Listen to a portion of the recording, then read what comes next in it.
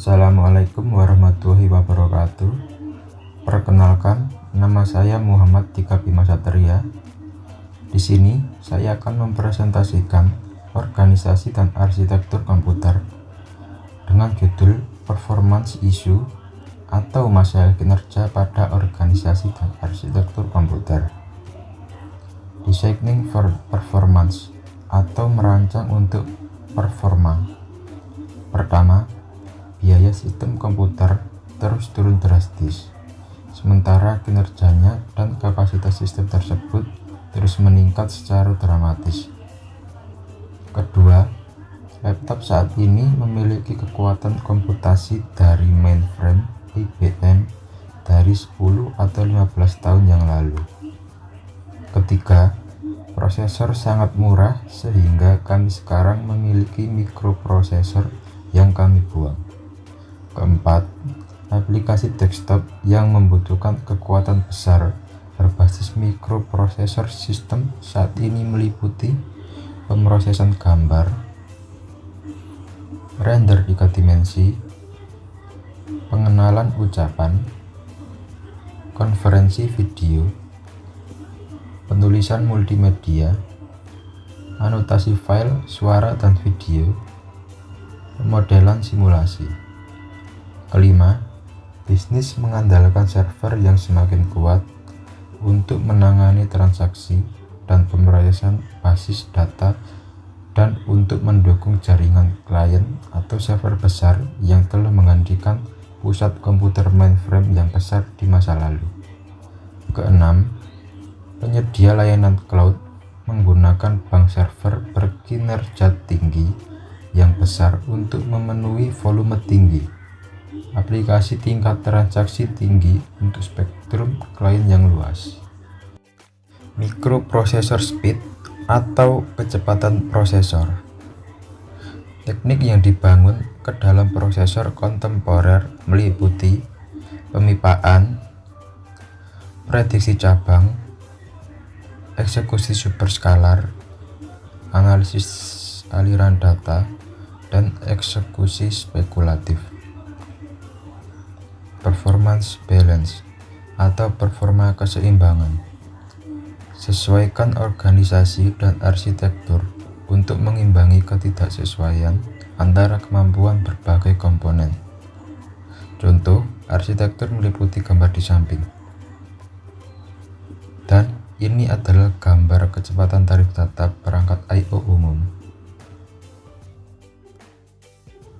Improvement in chip organization and architecture atau peningkatan dalam chip organisasi dan arsitektur. 1. Meningkatkan kecepatan perangkat keras prosesor.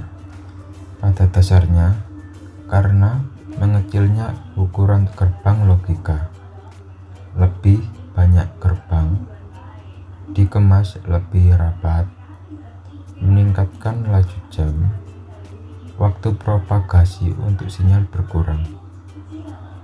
2. Meningkatkan ukuran dan kecepatan cache, mendedikasikan bagian dari chip prosesor. Waktu akses cache turun secara signifikan. 3.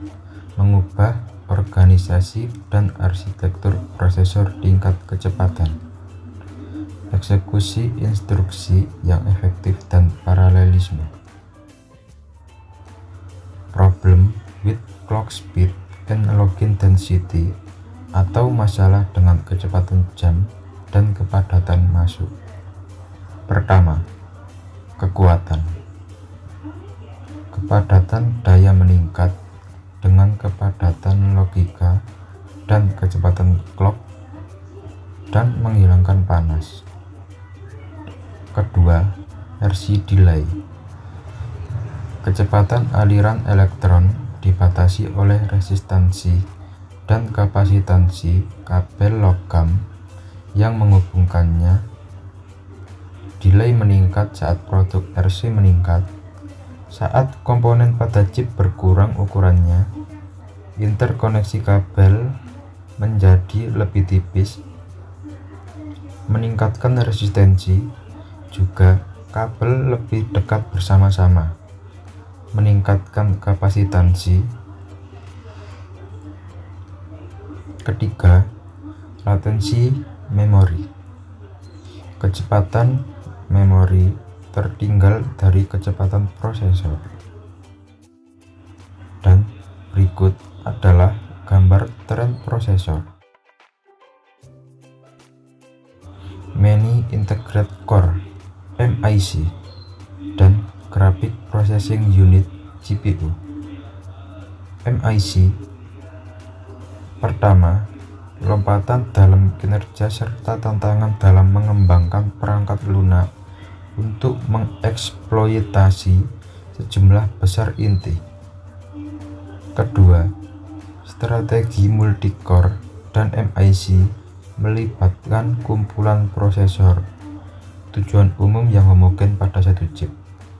GPU pertama, inti dirancang untuk tampil operasi paralel pada data grafik. Kedua, biasanya ditemukan pada kartu grafis plug-in, digunakan untuk mengkodekan dan membuat grafik 2D dan 3D, serta memproses video. Ketiga, digunakan sebagai pengolah vektor untuk berbagai aplikasi yang membutuhkan komputasi berulang. Amdahl Law atau hukum Amdahl. Pertama, berhubungan dengan potensi percepatan suatu program menggunakan banyak prosesor dibandingkan dengan satu prosesor. Kedua, mengilustrasikan masalah yang dihadapi industri dalam pengembangan mesin multi-inti. Ketiga, perangkat lunak harus disesuaikan dengan lingkungan eksekusi yang sangat paralel untuk memanfaatkan kekuatan pemrosesan paralel. Keempat, dapat digeneralisasi untuk mengevaluasi dan merancang peningkatan teknis dalam sistem komputer. Dan berikut adalah gambar ilustrasi hukum Amdahl. Berikut gambar hukum Amdahl untuk multiprosesor. Little's Law. Pertama, hubungan mendasar dan sederhana dengan aplikasi luas. Kedua, dapat diterapkan ke hampir semua sistem yang secara statistik berada kondisi mapan dan di mana tidak ada kebocoran. Ketiga, queuing system atau sistem antrian. Jika server menganggur, item akan segera disajikan. Jika tidak ada item yang datang, akan bergabung dalam antrian. Mungkin ada satu antrian untuk satu server atau untuk beberapa server, atau beberapa antrian dengan satu untuk masing-masing beberapa server. Keempat,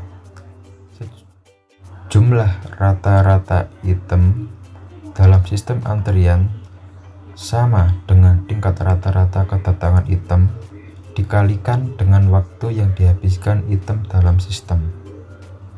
Hubungan membutuhkan sedikit asumsi karena kesederhanaan dan keumumannya ini sangat berguna.